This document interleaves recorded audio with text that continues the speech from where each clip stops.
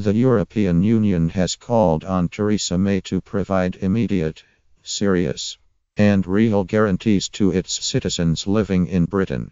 The EU leaders took just 4 minutes at a special summit to agree unanimously an uncompromising opening stance in the Brexit negotiations.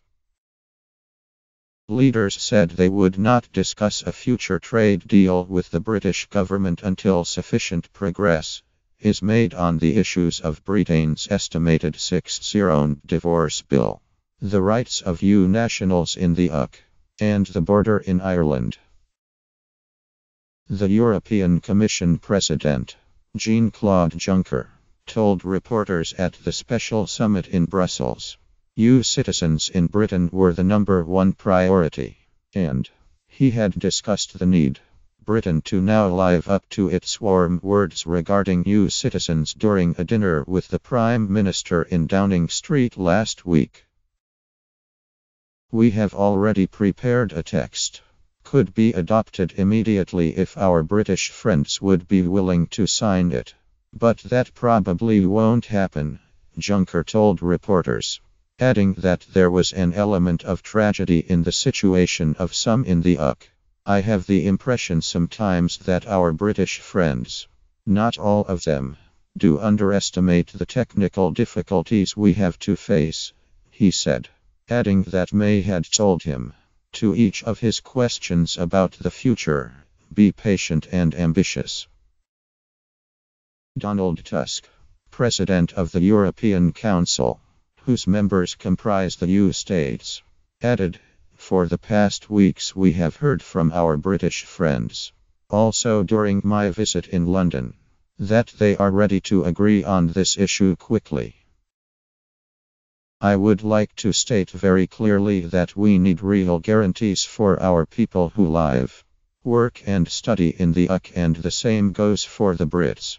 The Commission has prepared a full list of the rights and benefits that we want to guarantee for those affected by Brexit. To achieve sufficient progress, we need a serious British response. The two EU leaders were speaking after European leaders agreed in record time to adopt 9 pages of negotiating guidelines at a special summit in Brussels. Responding to the summit's conclusions, David Davis, the Secretary of State for exiting the European Union, said that he feared the coming talks would be confrontational, and echoed May's comments last week about member states lining up to oppose us. He said, both sides are clear. We want these negotiations to be conducted in a spirit of goodwill, sincere cooperation, and with the aim of establishing a close partnership between the UK and the EU going forward. But there is no doubt, these negotiations are the most complex the UK has faced in our lifetimes. They will be tough and at times even confrontational. There are already people in Europe who oppose these aims, and people at home trying to undermine them. That is why it is so important that the UK has the right leadership in place.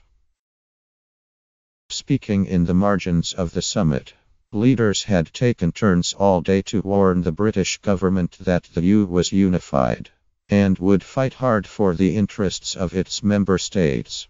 The French president, François Hollande, told reporters, there will inevitably be a price and a cost for Britain. It's the choice they made.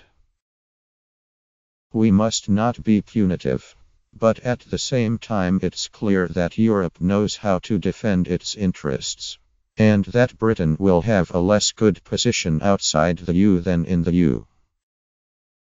Asked about her suggestion last week that some in the UK were deluded about the coming talks, the German Chancellor, Angela Merkel, said she feared there was a lack of understanding about the EU's resolve to only talk about trade once the opening issues had been resolved.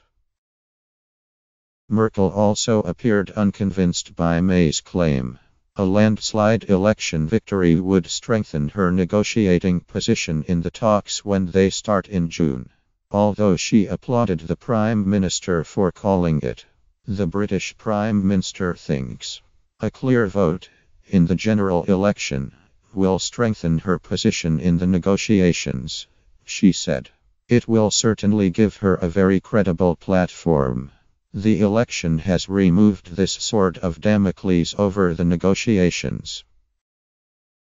Other leaders also appeared bemused by the Prime Minister's claims about being empowered by an election triumph. Holland, who is now in his last week as president, said, "That is an election argument that I can understand. But this is not an argument against the European Union. Why? Because the basis, the principles, the objectives are already fixed. These will be the lines that will be chosen by the negotiators and there will be no others." Luxembourg's Prime Minister, Xavier Bettel, claimed May had called the election to resolve an internal problem in the Conservative Party. She wanted not a hard Brexit or a soft Brexit but Theresia's Brexit, he said. Joseph Muscat, the Prime Minister of Malta, added, "I wouldn't want to intrude in the Prime Minister's decisions, but the fact is we are wasting 1 month now." EU leaders at the summit also agreed a declaration would allow Northern Ireland to swiftly rejoin the EU in the event of a vote for Irish unification, with polls showing that a majority of voters in Northern Ireland want to stay part of the UK.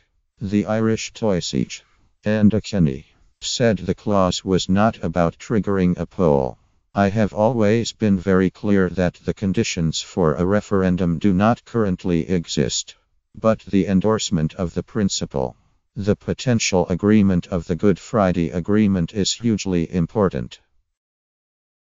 The EU's chief Brexit negotiator, Michel Barnier, said it was in Britain's interests for the EU to be unified, as it would boost the chances of a Brexit deal. This extraordinary meeting shows the unity of the 27 on a clear line. But this unity is not directed against Britain. I think that it is also in its interest, he said.